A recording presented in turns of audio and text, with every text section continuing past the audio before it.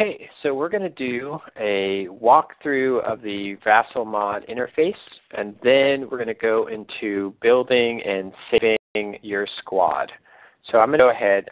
As you can see, I've already installed actually multiple versions of this, but we're going to just stick with the 4.1 version. So I'll click on it. I'm going to start a game offline.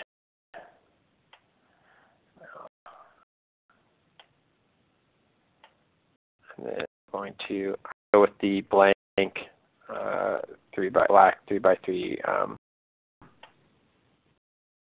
So here's the basic sort of main screen here. This extensions I have. This is basically do. For some reason, there's a missing. This is sort of a step forward through log files. It's rare.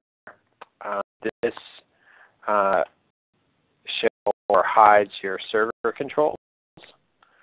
This lets me see like who is online or connect to. I can do the Vassal server and be online. I can say I'm for a game or I'm away from my keyboard. You know, it gives them information there.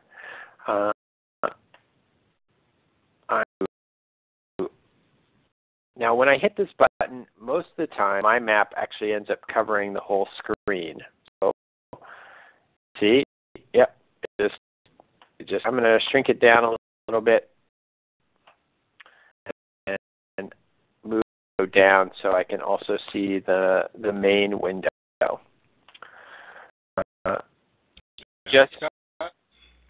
There's on the map button. There's the zoom in and out. Fine glass icons. Okay, I see. Yeah, and to sort of adjust the size. I usually shrink it down fairly small to get to gameplay. I put it under this main window. Now this part is your pieces and icons. One thing that happens for me is this isn't large enough, so I need to expand it. I usually expand it off to the side, and see, as you can start to see, there's some here. So you have to. Now people just be able to find all of the pieces because they never expanded this window out. So that's one of the things that's serious, but unless you look for it, it could be easy to overlook. So all of your turns, your banks, all the pieces, and you can just drag them and drop them onto the map, or you can put them off to the side. It's good to get your pieces set up before you play. Just hold them and drop them onto the board. Rebel, here's your pilots. These cards, just the game. You notice they have any of them. It doesn't tell you the power, it doesn't give you any of that. That's something that Fantasy Flight, they basically want you to have all of the information from the cards because you bought the game. So the picture, but not a lot of other details. Delete that. Yeah. Now, didn't install the extensions. I would see the ships options. At dials, you just grab and drop. On the map, you can adjust their controls. I find that this quick reference was really very helpful to me when I first started out. As it gives you what keys you need to use to adjust different things. If I want to end this pilot, I could just do Shift P, the pilot name. This is Luke. We've named him Luke. I can set the stats still that. It's slowly clicking up. Still 8. Have an attack. Wrong. Actually cycling through actions. Sorry. Alt is, and then Alt.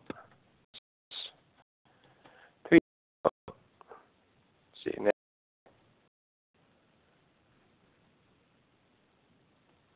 I can't remember how to we'll look how to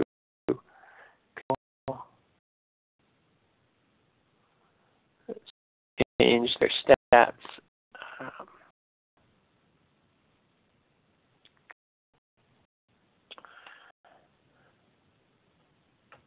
Control Alt, and I can read it. So there.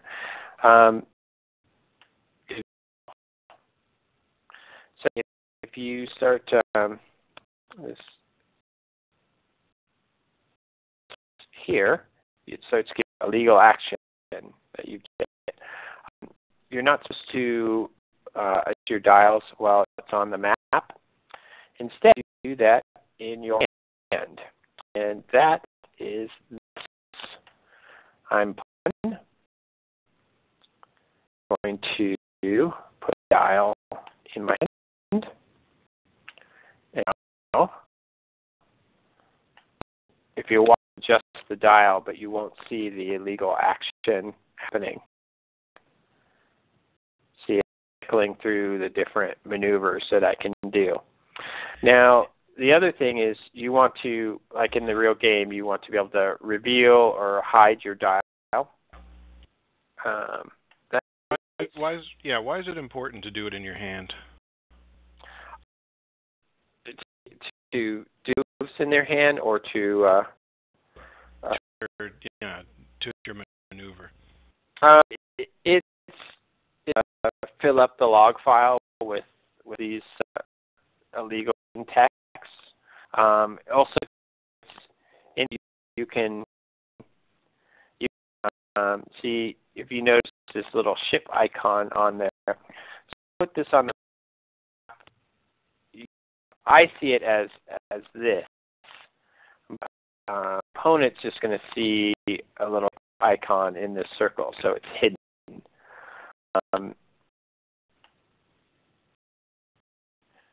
Good etiquette to do the moves in your hand, and then just put them on the board when you're ready. So you cycle through your, and then once you're set, you put it on the board.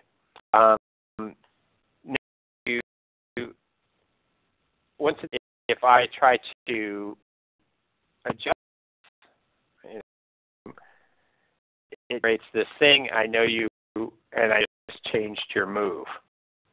And then I ask, like, why did you change your movement dial? It's so.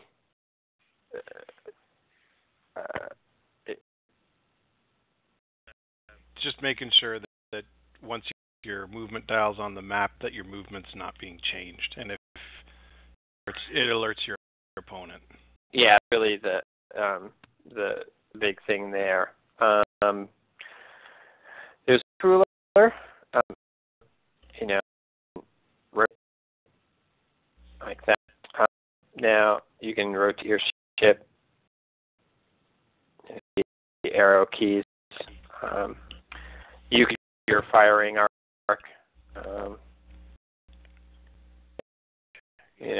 This range 2, 3. It's pretty standard.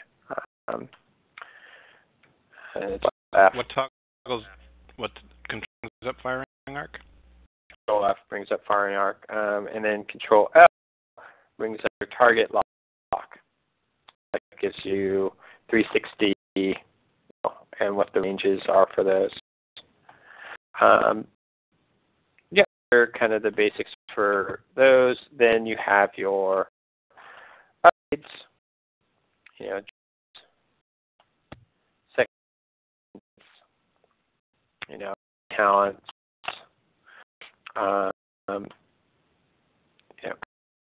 bigger ships, ion cannon and heavy laser cannon.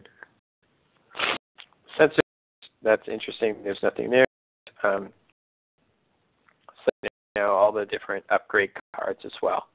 So that's sort of the basics of where some of these things are at.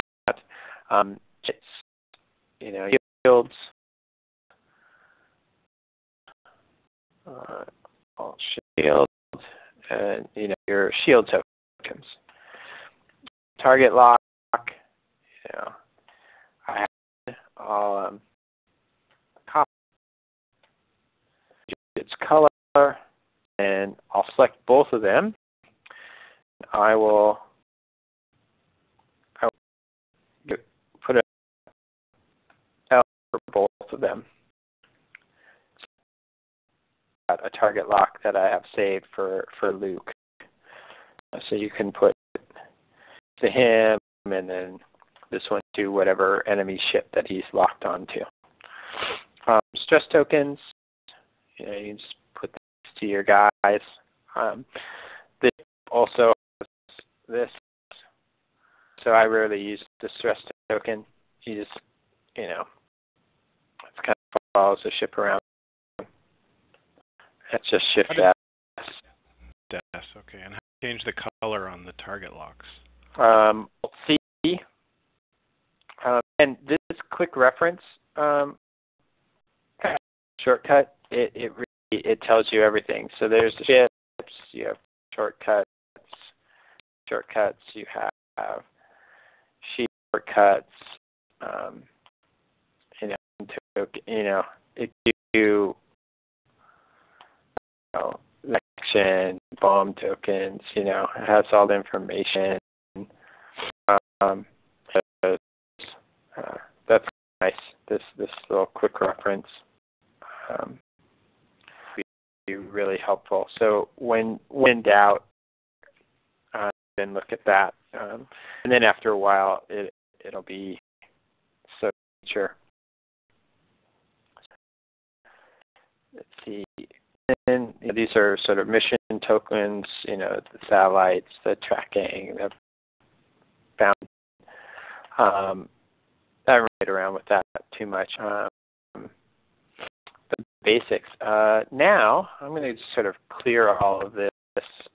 You can select it and control deletes all of that. So I'm going to walk through building a list.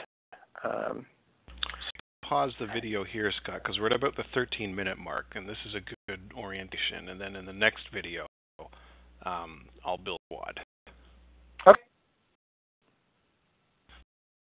To part 2 of our Star Wars X-Wing Vassal tutorial, and look for part 3 where we'll see if we can teach a dog new tricks, and I'm going to try and build a squad based on what Scott showed us here.